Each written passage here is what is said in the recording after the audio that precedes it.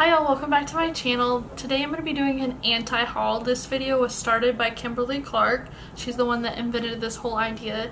And an anti-haul, it kind of sounds negative. It's pretty much talking about products that you're not interested in or you don't think are worth the hype. But I found them very informative because sometimes we get so caught up in all the new makeup coming out, and it really helps to hear somebody else's opinion and be like, is this really worth buying or spending your money on? And a lot of times it's really not. So let's go ahead and get started in things that I do not think are worth the hype or worth the money. And also keep in mind that I do not have these products and I do not plan on buying these products, so I can't really say. They might be really great, but just based on the price or based on the look of it, I'm not interested in it. So let's go ahead and get started. Okay, first let's go ahead and get started with this one. I'm going to use my phone to show y'all. There we go, right there. As you can see, this is the Photo Strip Eyeshadow Palette by Smashbox.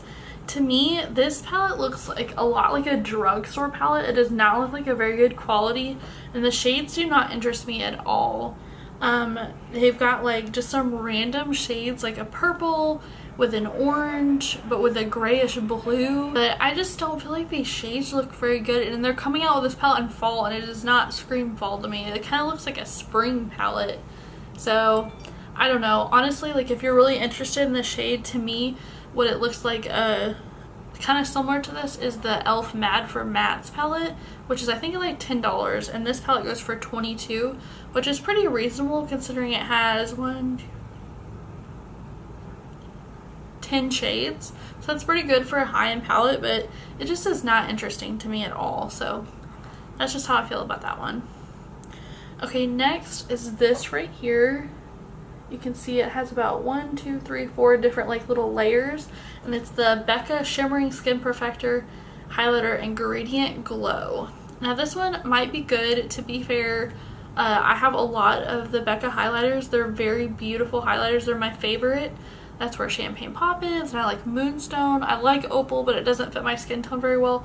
But this one, just like, it doesn't look like it's as soft as the other ones.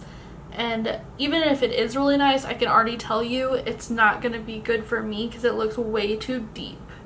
So that's another thing with these anti-hauls. Sometimes they might not be best for like certain people like me because I have really pale skin, but they might be really great for someone with a darker skin tone, but I'm just not interested in it at all. So next, kind of going in that same category, you see right there, that's the Cover FX Perfect Highlighting Palette.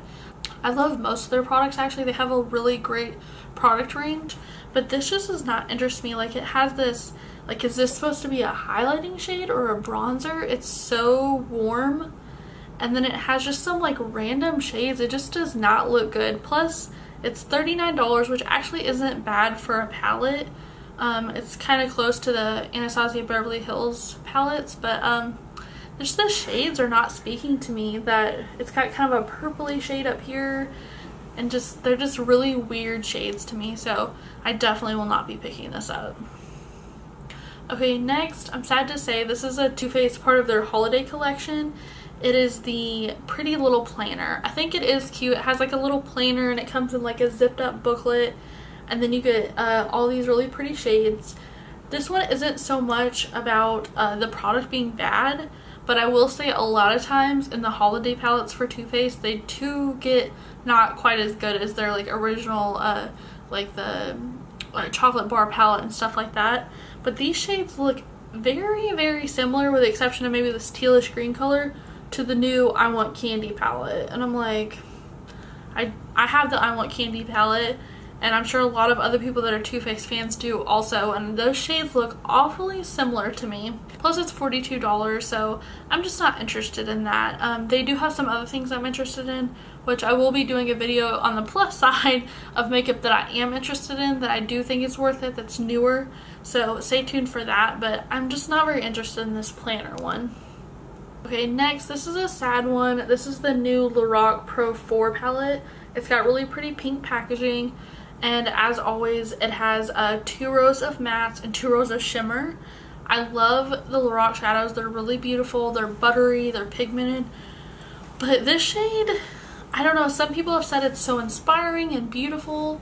I'm not a fan of it. I mean, it seems like it came out at the wrong time. These look kind of like springish shades.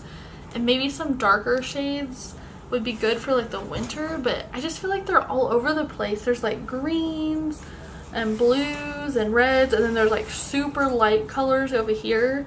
It's just very odd to me, and I'm just not a fan. I really like the two.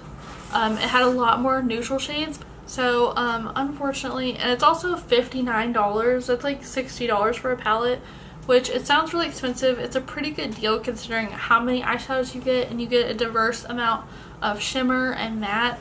But these just shades are not speaking to me, and I'm just not really that impressed. I wasn't really impressed with the third one either. I got that one, but I ended up taking it back because the shades just haven't been really that great these last couple Pro palettes. So I don't know. I want some more of that like Pro 2 kind of palettes. Those were really beautiful shades. So I don't know. I was kind of looking more for like a warm, almost vampy kind of palette this year, because that's kind of been the trend. But that is definitely not what they put out. So that's going to be a pass for me. Okay, last but not least, this is the NYX makeup. They have there's a couple different shades, but this one specifically is the In Your Element Water eyeshadow palette. Now, first of all, this is what it looks like. This is just not my cup of tea. I'm not a big fan of blue eyeshadows. Some people are, and that's great. Here's my main concern though. It's $30, $29.99 for a NYX product. What happened to drugstore makeup? This is ridiculous. I just don't understand. Like, their makeup used to be some of the most affordable. They have really affordable lipsticks, like in the $5 range. Some of their palettes do get quite up there, but $30 for a drugstore palette when I can spend like $10, $15 more and buy an Anastasia Beverly Hills? That's ridiculous. We're supposed to be saving money, not spending more. That's ridiculous. So, rant over. That is all of the things that I am not going to be buying and that I do not think are worth it.